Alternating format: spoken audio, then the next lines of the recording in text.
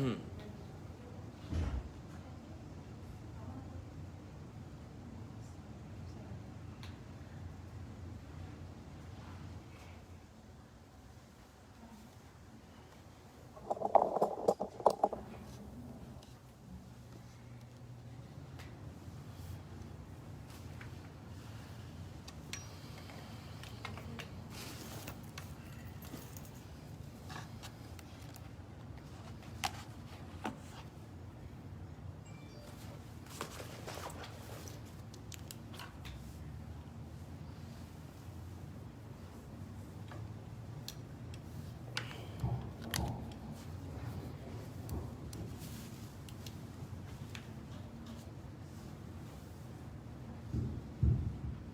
الله. بسم الله.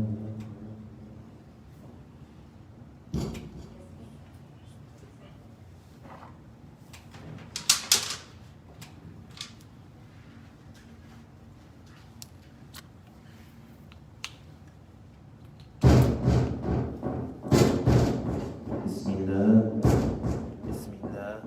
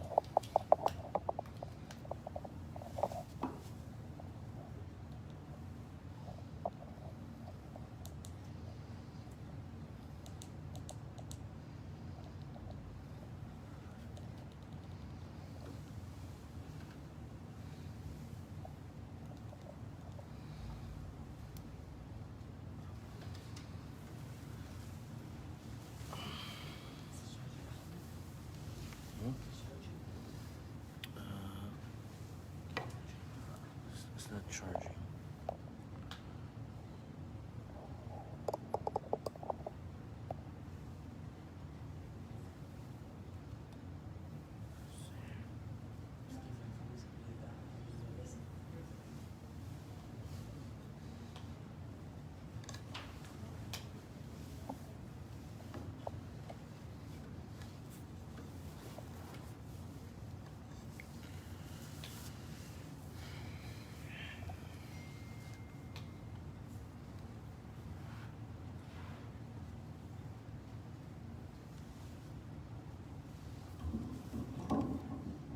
بسم الله الرحمن الرحيم. والحمد لله رب العالمين، والصلاة والسلام على سيدنا محمد سيد المرسلين وخاتم النبيين، وعلى آله وأصحابه الطيبين الطاهرين، ومن اتبعهم بإحسان إلى يوم الدين. وأشهد أن لا إله إلا الله وحده لا شريك له، ولا شبيه ولا مثيل له، ولا ضد ولا ند ولا جسد ولا صورة ولا أعضاء له. كان الله ولا مكان، فهو الآن على ما عليه كان. فلا تضربوا لله الأمثال، ولله المثل الأعلى. تنزه ربي عن الجلوس والقعود، وعن الحركة والسكون، وعن الاتصال والانفصال. لا يحل فيه شيء، ولا ينحل منه شيء، ولا يحل هو في شيء، لأنه ليس كمثله شيء. مهما تصورت ببالك، فالله لا يشبه ذلك. الله بمعنى من معاني البشر، فقد كفر. وأشهد أن سيدنا وعظيمنا وقائدنا وقرة أعيننا محمدا عبد الله ورسوله ونبيه وصفيه وحبيبه وخليله، أرسله الله هدى ورحمة للعالمين، هاديا ومبشرا ونذيرا وداعيا إلى الله بإذنه سراجا وهاجا وقمرا منيرا. اللهم صل وسلم وأعظم وأنعم وأكرم على هذا النبي الكريم، كلما ذكره الذاكرون وغفل عن ذكره الغافلون. الصلاة والسلام عليك يا سيدي يا رسول الله، الصلاة والسلام عليك يا سيدي يا حبيب الله، الصلاة والسلام عليك يا سيدي يا عظيم الجاه. I praise Allah, I glorify Him, and I thank Him for all the blessings that He gives without Him being obligated to give anything. And I ask Allah Ta'ala to raise the rank of our beloved Prophet Muhammad sallallahu alayhi wasallam and to protect his Muslim nation. I testify that no one deserves to be worshipped except Allah Ta'ala, the one without a partner, the one without an equal, the one without a similar, the one who is unlike anything in the universe and nothing in the universe is like him. He has no father, no mother, no sister, no brother, no son, and no daughter. He exists without time and place because He is the creator of time and place. He does not reside above the throne like the Christians say, and He is not attributed with fatigue like the Jews say. Our Lord is glorified beyond any imperfection that the non-Muslims attribute to Him. Whatever you imagine in your mind, Allah Ta'ala does not resemble that. And whoever attributes an attribute of the creation to Allah is not a Muslim. And I testify that Muhammad sallallahu alayhi wasallam, the son of Abdullah, the son of Abdul Muttalib, the son of Hashim, the son of Abdul Manaf, from the tribe of Quraysh, is the best creation of Allah and His final prophet and messenger sent to all humans and jinn, and He is truthful about everything that He conveyed of the revelation.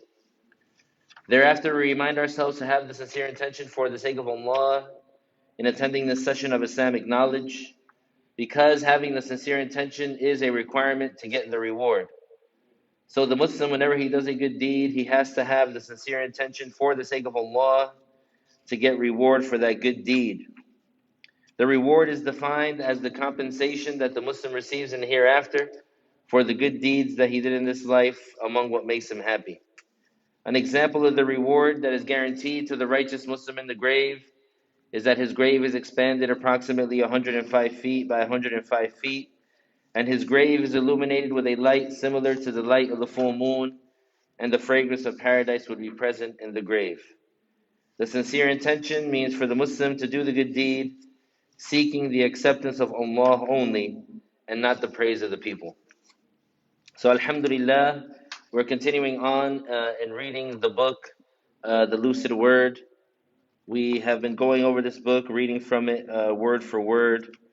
And so whoever does not have a copy, that can be arranged for them to get a copy. We are in the chapter of the Islamic law, the fiqh that is related to this book. And we're going to talk about today about the Tayammum. And so this is where we left off last time. It is page 82. For the ones who are following along, for the ones that have the book, is page 82, right in the middle of the page. If you have the first edition, it's page 82.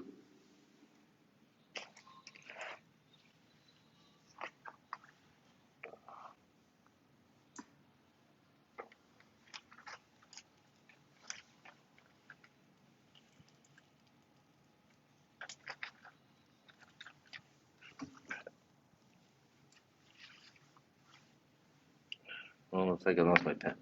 But the author said, the person who cannot physically find water, that is, they searched for water and did not find it, neither within their belongings, nor with the company traveling with them, nor in the distance they are required to go while searching for it, or the person who lacks the capacity to use water, even though it is present.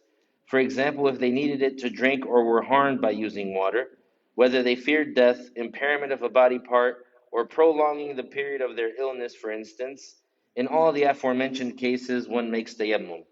And alhamdulillah, this is something that is specific to the nation of Prophet Muhammad sallallahu alayhi wasallam. It is a mercy and it is something that is an honor for the nation of the Prophet sallallahu alayhi wasallam to give this honor or this specialty. That if we don't have water, then what we do is we make tayammum. Or we have water, but we can't use it for a specific reason. Like if we use the water, we might die. We have a disease that if we use the water, it will die. Or if we have a sickness that if we use the water, then what happens? You get sicker. Your sickness gets prolonged. Or if you use the water, what happens? You have an impairment in one of your organs. What does that mean, an impairment in one of your organs? Something happens to one of your apparent organs, they get disfigured or maimed, or you lose the function of that organ. All these things means that if you use the water, you get harmed. So then what do you do in regards to the prayer? You need to make wudu to pray, you need to make ghusl to pray, but you're in a situation where you can't use water. What do? So the religion gave a way for the person that they are able to make sure that they pray if they don't have water or they can't use water. And that way is called tayammum. So for the person who cannot physically find water, what does that mean? Does it mean that, for example, they can't get water out of the sink only? Does it mean that, for example, they have, let's say, a container of water at the top of their building, and then that water ran out? Does that mean now that they make the tayammum? No, they have to go around. They have to go to a certain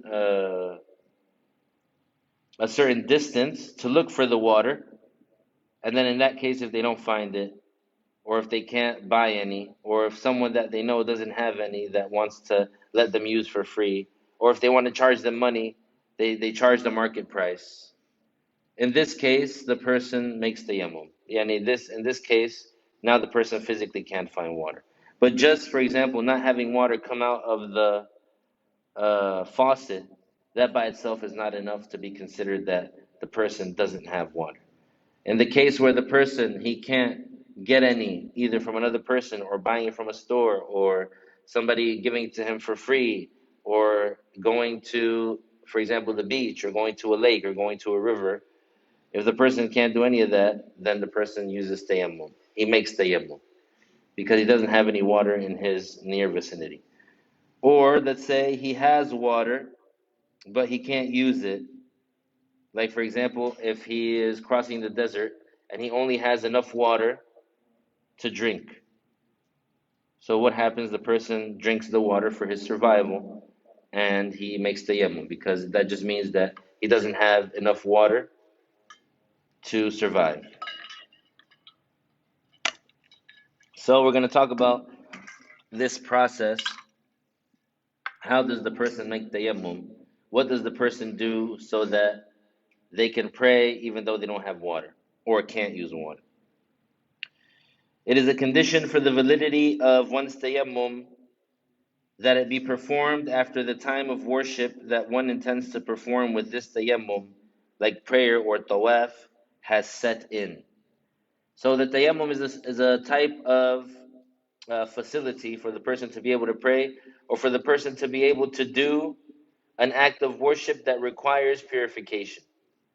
So since that's the case, then, and tayammum is a special type of facility, then what does the person do?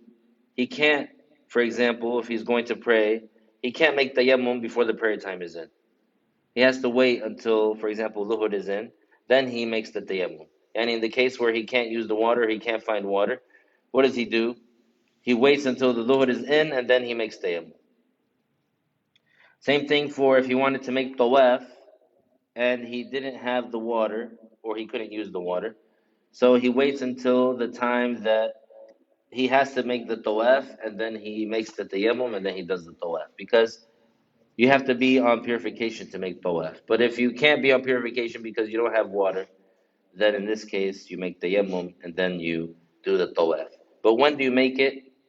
You make the tayammum after the time has set in for the thing that you need to do. And it is also a condition for the validity of the tayammum for it to be performed after the non-exempted najis filth has been removed from one's body. Hence, if they were to perform tayammum with the said najis on their body, their tayammum would not be valid. This is true if they had water to remove the najis, or else they perform tayammum and pray, then make up that prayer later on. And some scholars said that their judgment is similar to the one who has no water nor soil. What that means is the one who has no water nor soil, they just pray as they are and they make it up after. Now, for this, for the other saying, if they had water to remove the najis, that was just enough to remove the najis, then they remove the najis and then they make the tayammum. And if not, then they perform tayammum and pray, then make up that prayer later on. Yani if they don't have the water to remove the najis, right? Because they don't have water at all, or they can't use the water, then they just make tayammum with that najis on them, and then they make up that prayer later on.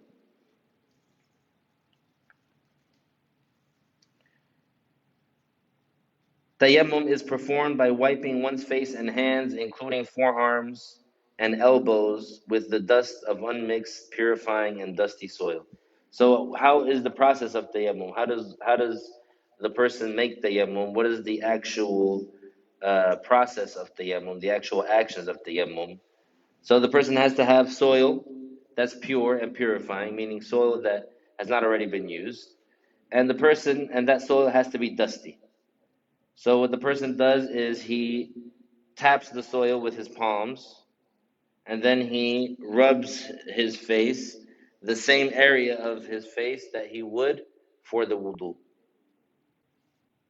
So he rubs his face and with that soil, and then he taps the dust again, and he rubs his arms from the fingertips to his elbows, including the elbows.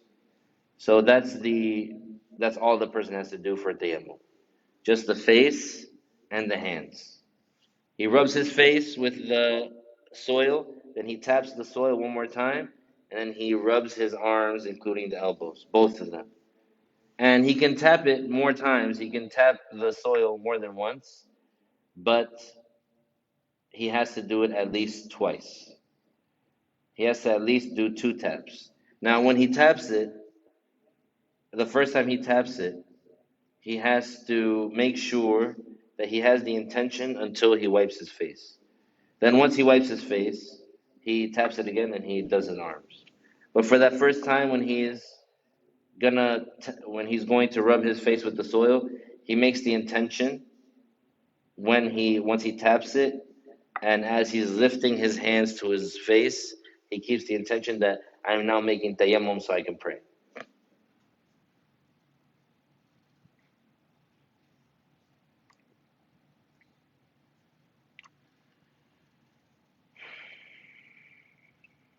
Hence, the author said, hence, using soil mixed with extraneous substances such as ashes, or using other than soil like rock, or using soil contaminated with an impure substance like urine is invalid.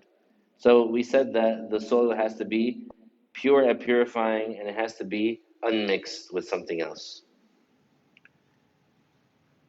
Also, the tayammum must be performed in the aforementioned order, meaning face with the intention and the arms. So wiping the face must precede wiping the hands and forearms.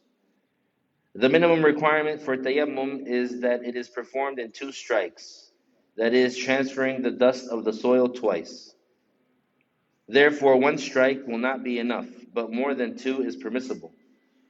It is also a condition for the tayammum to be valid that it is performed with the intention of making the performance of the obligatory prayer permissible.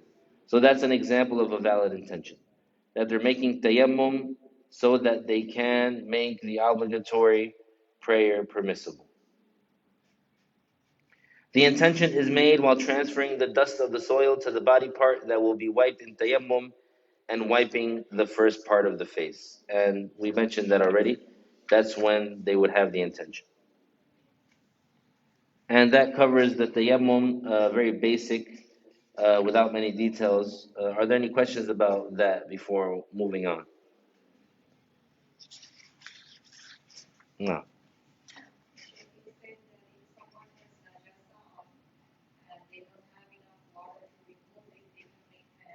Yes.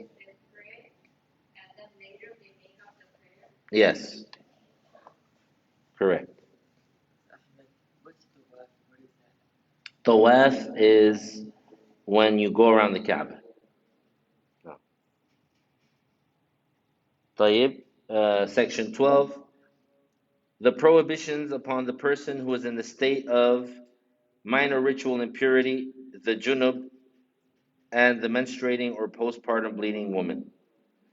It is not permissible for the one whose ablution is nullified to do 4 things.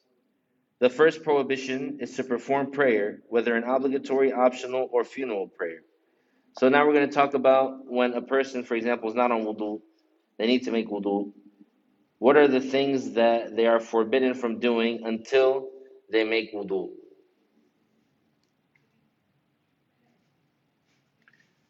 So the first thing that they mention is the person is forbidden from doing the prayer until they make wudu. Yani, so in order for their prayer to be valid, they have to make wudu first. So if they supposedly try to do the prayer before making wudu, this is forbidden. This is an invalid act of worship. This would be forbidden for them to do. And that goes for any prayer, whether it was an obligatory prayer, one of the 5 daily prayers, or whether it was an optional prayer, or whether it was a funeral prayer. Um, so any prayer, the person, they need to make wudu before they do it. The second prohibition is to circumambulate the Kaaba, whether obligatory or optional. Yani to make tawaf, to go around the Kaaba, to circle around the Kaaba, the person is not allowed to do it until they make wudu. The third and fourth prohibitions are to carry or touch the book of God, which means yani the Quran. The book of God is the Quran. The same judgment applies to what has some of the Quran written on it for the purpose of reading, not what has Quran written in it for protection. Touching the Quran means touching its papers, its cover bound to it, and its margins. So when it comes to the Quran, if the person is not on wudu, then he can't touch it or carry it. What do we mean by the Quran when we say the Quran? We mean something that has some Quran written on it for the purpose of reading. So let's say that the person they're trying to memorize Quran and they have like a little mini chalkboard, like a little mini whiteboard, and they write an ayah on that whiteboard because they're going to hold it and they're going to memorize. They're going to repeat it and they're going to memorize. That they have to be on wudu in order to carry that or touch that. But if it was something like a decoration, for example, like that over there, or like you know how sometimes they write Ayatul Kursi in a nice fancy way, and it's like in a frame, and you hang it up on the wall. That is Quran. Ayatul Kursi is an ayah from the Quran. It's written a verse from the Quran, but it's not for the purpose of reading it, like you would a piece of paper or a whiteboard. It's for the purpose of seeking the blessings or decoration. In this case, you can hold that or touch that or carry that without wudu. But when for something that has some Quran written in it for the purpose of reading, then you need wudu in order to touch it or carry it.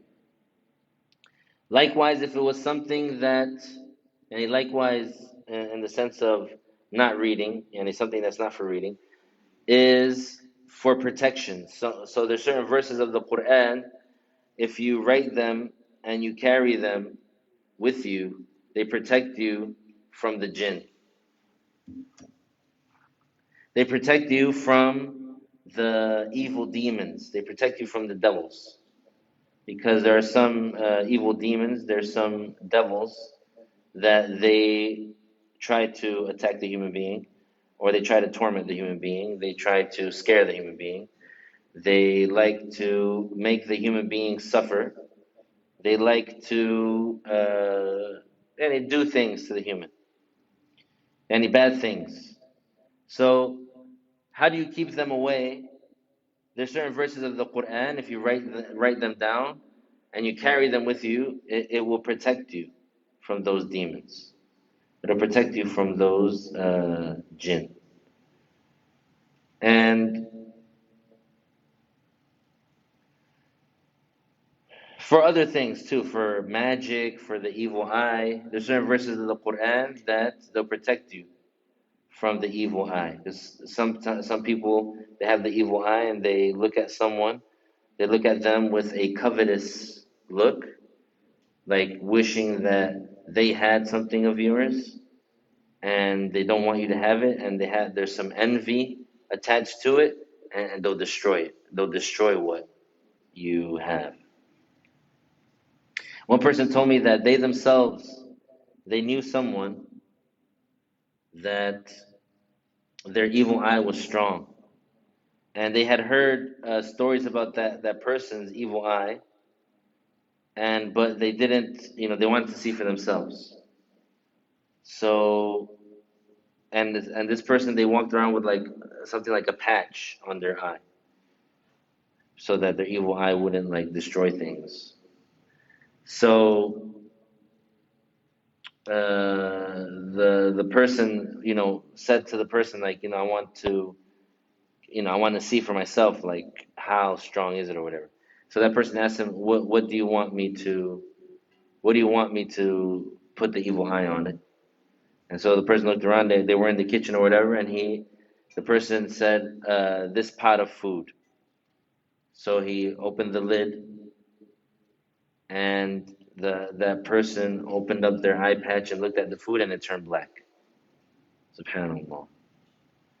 So there's certain verses of the Quran that you write them or you carry them with you, and they protect you from the evil eye. The person won't be able to hit you with the evil eye. And same thing with sorcery. As you know, there are witches. There's witches are the females. There's male witches as well. Some people refer to them as wizards. Some people refer to them as warlocks. These are people that practice the witchcraft. And these people, they do spells on people. They harm people. And they might harm people. They might do spells on people. And one way to protect yourself, and if you're not going to recite tahseen, it is to wear certain verses of the Quran. So if you're holding that, if you're touching that, or you're carrying that, even though it's verses from the Quran, but the purpose of it is for protection, so you don't need wudu. You don't need wudu.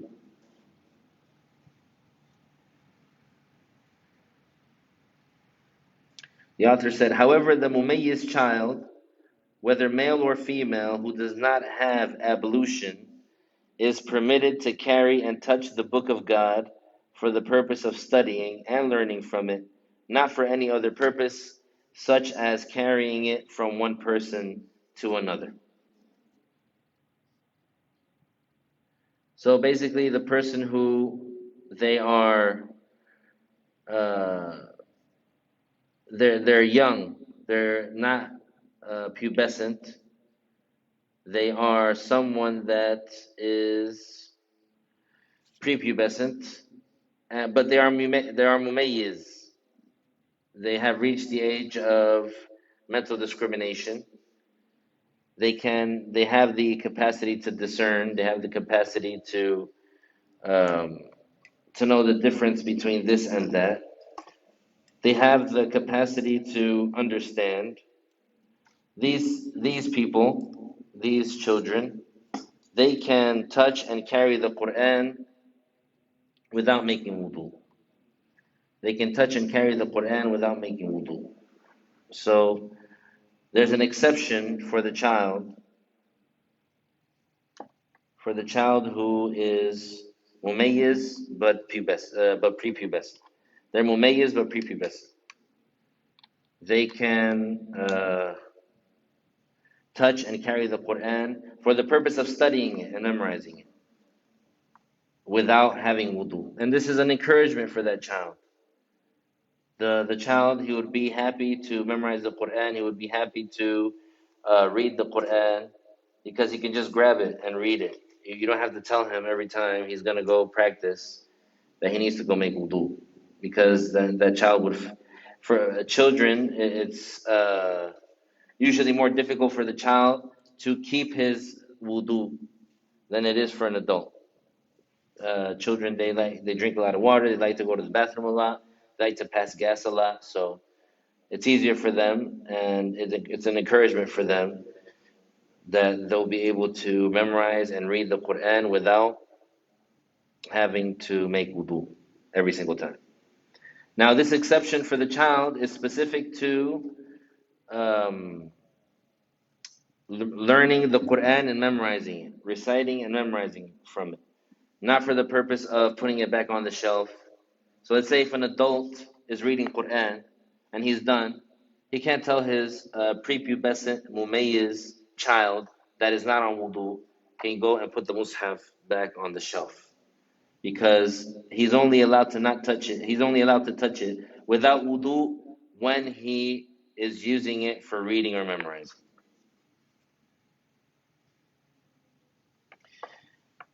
Um, the author said, "It is unlawful for the one who is junub to do any of the four aforementioned actions.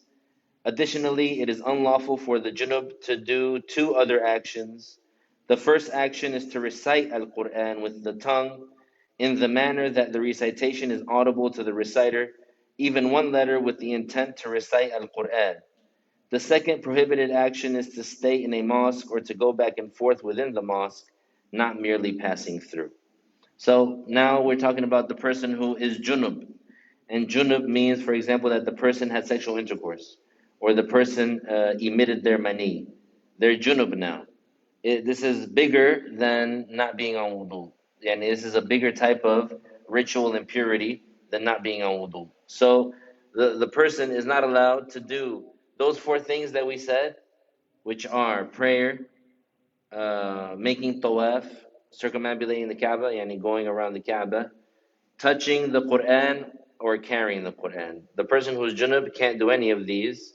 Plus, he is not allowed to recite the Quran. The person who's not on wudu, if he memorized something from the Quran, he can recite it without touching the Quran. But the person who's junub, he can't recite the Quran. The person who is junub is forbidden from reciting the Quran. And when we say reciting the Quran, we're talking about reciting something that is specifically in the Quran with the purpose of recitation. Because as you know, the Quran, one of the ways of gaining reward for the Muslim is that he can recite the Quran um, with a sincere intention and get reward just by reading the words. So even if he doesn't know the meaning, even if he doesn't know the interpretation, just by reading the words, reciting them with a sincere intention, and with the proper pronunciation, he gets reward. So the person can actually gain reward by reading the Quran. The person gets blessings by looking at the Quran. The person, and the Quran is filled with blessings. But when the person is junub, he is not allowed to recite the Quran. Yani, he is not allowed to audibly recite any of its words. He's not allowed to audibly recite any of its words. That's what he means by with the tongue in the manner that the recitation is audible to the reciter. And it doesn't have to be literally audible to the reciter. It just has to be that a sound is being made. And if the person was in a completely silent room, he would be able to hear it. But if the person is in a room that has white noise or there is some commotion in the room, and because of that, the person, if they recite in a low enough voice, they literally won't be able to hear themselves. That's not what is meant by in a manner that they hear themselves. What's meant by it is that the person is actually making a sound that if the room was completely silent, the person would be able to hear it. This is what is meant by reciting out loud, yani, in the sense that, so that the person can hear themselves. When we say, and it's mentioned in the prayer as well, when the person has to recite the verbal integrals of the prayer loud enough to hear himself, what's meant is that the person is making a literal audible sound with his tongue. Even if he can't hear it because of the commotion or the white noise in the room, but if he were to be in a completely silent room, he would. Even one letter. Yani it is haram to recite even one letter with the intent to recite Al-Quran, and while being junub. The second prohibited action is to stay in a mosque or to go back and forth within the mosque, not merely passing through. So the person who is junub, he is not allowed to walk into a mosque and stay there. He's not allowed to walk into a mosque and then walk right out the same door. If he is going to go inside of it, he has to pass from one doorway to the next, passing through it without stopping and without uh, loitering, without waiting around, without standing around, because he's junub. The person who's junub, that's how they have to do. It is unlawful for the woman who is menstruating or has postpartum bleeding to do any of the six aforementioned actions, and additionally, two other actions. The first is she may not fast before the bleeding ceases. However, it is permissible for her to fast after the bleeding ceases before performing ghusl. So now we're talking about the woman who is off her period, or I'm sorry, the woman who's on her period, or the woman that is in postpartum bleeding. Like after the woman gives birth, she bleeds for a certain amount of time. That blood, that bleeding that occurs to her is called nifas. And during that time, for example, she's not able to pray. And she's in the state of ritual impurity. So in that state of ritual impurity, she's not allowed to pray. She's not allowed to make tawaf. She's not allowed to touch the Quran. She's not allowed to carry the Quran. She's not allowed to recite the Quran. And she's not allowed to stay in a mosque. And we add to that, she's not allowed to fast before her bleeding stops. So as long as she's still on her period, or as long as she's still on her nifas, she is not allowed to fast. She is not allowed to fast. However, it is permissible for her to fast after the bleeding ceases before performing ghusl. So let's say her blood stops and she didn't perform ghusl yet, she can fast. And the condition for her fasting to be valid in relation to the period and the postpartum bleeding is that the bleeding stops. Because now all that's left is she has to make the ghusl. She has to make the purification. But even before she does the purification, she is allowed to fast, as long as the bleeding stopped. She is obligated to make up fasting the days she missed from Ramadan. So in the case where she couldn't fast some of the days of Ramadan because she was on her period or because she was in her nifas, her postpartum bleeding, then when that blood stops, she makes up those days of fasting. And she has a window of time to make them up. She doesn't have to do them right away. Secondly, she cannot allow her husband, or in the case of a slave woman, her owner, to enjoy the area which is between her navel and knees by lustfully looking at her or touching her without a barrier, that is, skin to skin contact, before she makes the obligatory whole body wash, even after the cessation of bleeding. However, some scholars said that anything in reference to this issue, that is, enjoyment of what is between the woman's navel and knees, other than sexual intercourse, is not prohibited.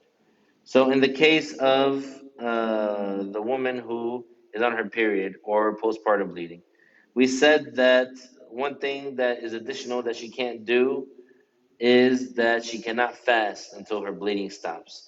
Another thing that she's forbidden from doing is if she's married, she is not allowed to let her husband, while she's on her period, or even if she's off her period, but before she took her ghusl, she's not allowed to let her husband enjoy the area between her navel and her knees. She has to uh, she has to prevent him, so she can't let him. And in the case of the slave woman, her owner, because as you know, there's certain cases where she would be owned, and in certain cases, the owner has the right to enjoy her body because she is his property. So in those two cases, before she makes the ghusl or before her bleeding stops, she's not allowed to let him enjoy what's between the navel and the knees until she makes the obligatory bath. So once she makes her obligatory ghusl, then he can enjoy whatever area of her body that he wants to enjoy. But before she makes the ghusl, between the navel and the knees, without a barrier, is forbidden. And some scholars, they said, anything other than the sexual intercourse, anything other than the penetration, is permissible. So there's some scholars that they were a bit more strict in saying you can't enjoy any part between her navel and the knees without a barrier at all, even if it wasn't penetration, even if it was just looking at her lustfully in that area. He wouldn't be allowed to do it if she was on her period or her nifas and she didn't make, or she finished bleeding but she didn't take her bath yet. So some scholars were more strict with forbidding any type of enjoyment between the navel and the knees.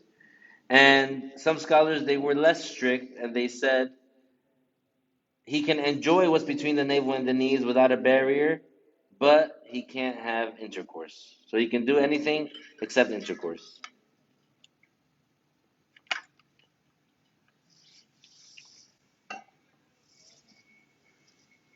طيب.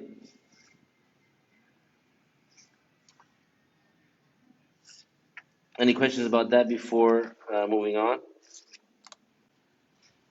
طيب. Purification from najas and the manner of removing it. Among the conditions of the valid prayer is to be clear of najas filth on one's body, even inside one's mouth and nose, clothing, place of prayer, that is, what the body comes in contact with while praying, and what one is carrying, like a bottle containing najas, or a tissue contaminated with najas kept in one's pocket. So, among the conditions for the validity of the prayer is that the person has to be clear of najas filth on one's body. So, the person can have unexempted najas filth on their body, even inside one's mouth and nose. So if a person had like a bloody nose, there was still blood inside of his nose, he has to clean it out before he can have a valid prayer. And if the person had some blood in his mouth, like from a bloody gum, you have to make sure to purify his mouth before he can do the prayer. And likewise, the person's clothing has to be free of unexempted najis, and the person's place of prayer has to be free of unexempted najis. And when we say place of prayer, we're referring to the spots that his body touches while he's going through the motions of the prayer. So he's standing to pray. So the part where he's standing in, that his soles are touching, they have to be free from unexempted filth. And when he goes down to sujud, the part where his knees touch and the part where his palms touch and the part where his forehead touches, they have to be free of unexempted filth. So if he was making sujud and there was, let's say, some najas uh, that was parallel to their chest, like their chest was like hovering above it but not touching it, their prayer is valid, because as long as their body parts are not touching that spot that has the unexempted filth while they're praying, then the prayer is valid. So let's say like you're praying on this rug and there's some najas on the corner of the rug. You can pray on that rug. Let's say that there's one spot of najas, for example, in the middle of the rug, but the way that you make sujud, none of your body touches that spot. So your prayer is valid.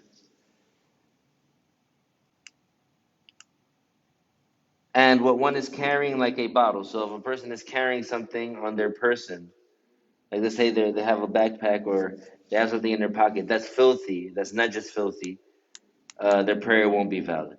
So what's a common thing that might happen to some people is that they have those colognes that are made with filthy, not just filthy alcohol. They put a certain amount of alcohol inside the cologne because that's what helps the smell stay strong on the person's body after they spray it on. So if they're carrying a bottle of cologne in their pocket, their prayer won't be valid because that bottle of cologne is not exempt, not just filth.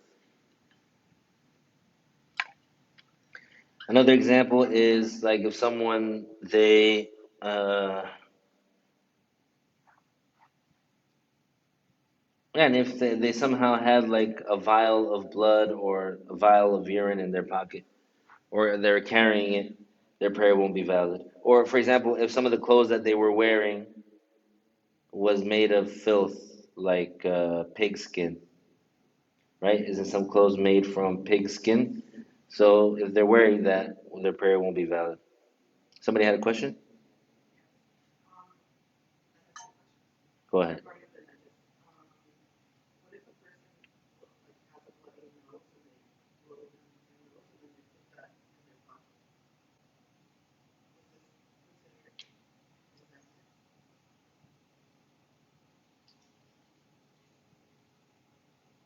I need to double check that.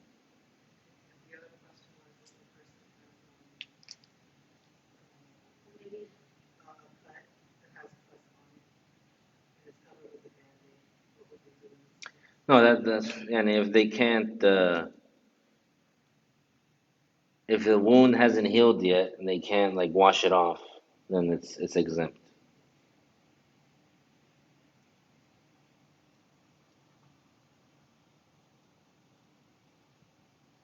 And if they can't wash it off,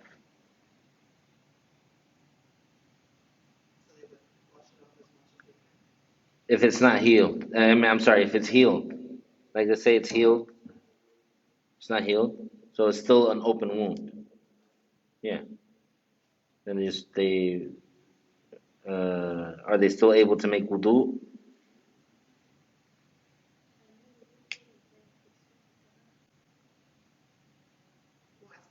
Okay, all right.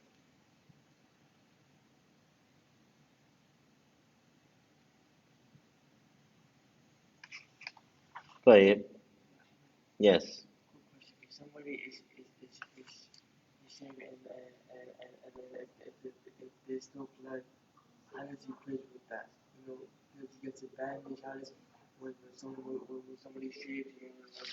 So the blood of one's own wound is exempt for the prayer, as long as it's not a large amount. The blood of your own wound. So if like you have blood of your own like wound, this is exempt for the prayer. Then the author said, if najis filth comes in contact with one's person, that is their body or clothing or what they are carrying, like a rida. The rida is an unseamed garment similar to a shawl, usually placed on the shoulders and head, or just the shoulders.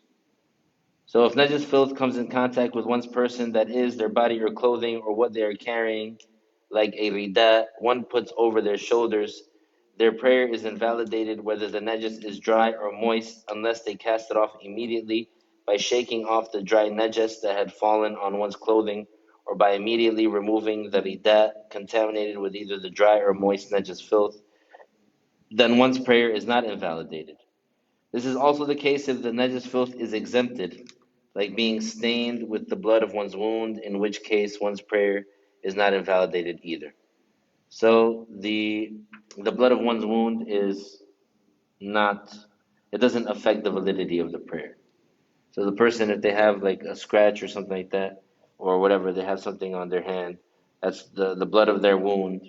Even if they had it like bandaged or like with a band-aid, their prayer would be valid because it's the blood of their own wound.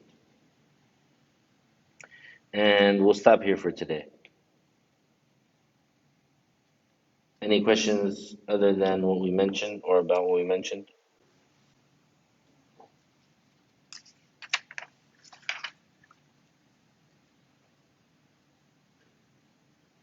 طيب نهلل لا إله إلا الله. اللهم صل على سيدنا محمد وعلى آله وصحبه وسلم. ربي اغفر لي وللمؤمنين والمؤمنات بارك الله فيكم.